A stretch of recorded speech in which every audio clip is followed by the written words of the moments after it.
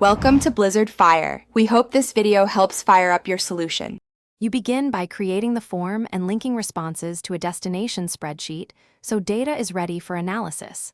Once the blank form is open, name it clearly and add a brief description that tells respondents why their data matters. Next, add your first questions.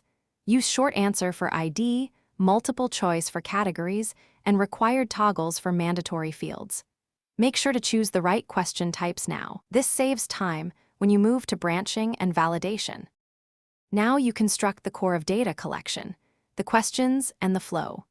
You'll mix short answers and drop-downs for clean data, apply response validation for emails or numbers, and use sections with go to section based on answer to implement conditional logic. Once done with a block, preview the form and walk through every path to confirm branching and validations behave as intended. Make sure to give each field a clear label and helper text so your respondents enter consistent, analyzable responses. Finish by configuring sharing and response handling so your data comes in reliably. You'll set collection options such as email capture or one response per person, craft a confirmation message, and choose how to share, link, QR code, email, or embed. Monitor incoming data in the form and the linked spreadsheet.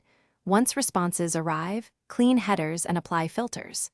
If things go wrong, check your validation rules and branching first. Then review version history to restore an earlier form structure. This fixes most alignment issues quickly. Thanks for watching. If you found this helpful, don't forget to like and subscribe.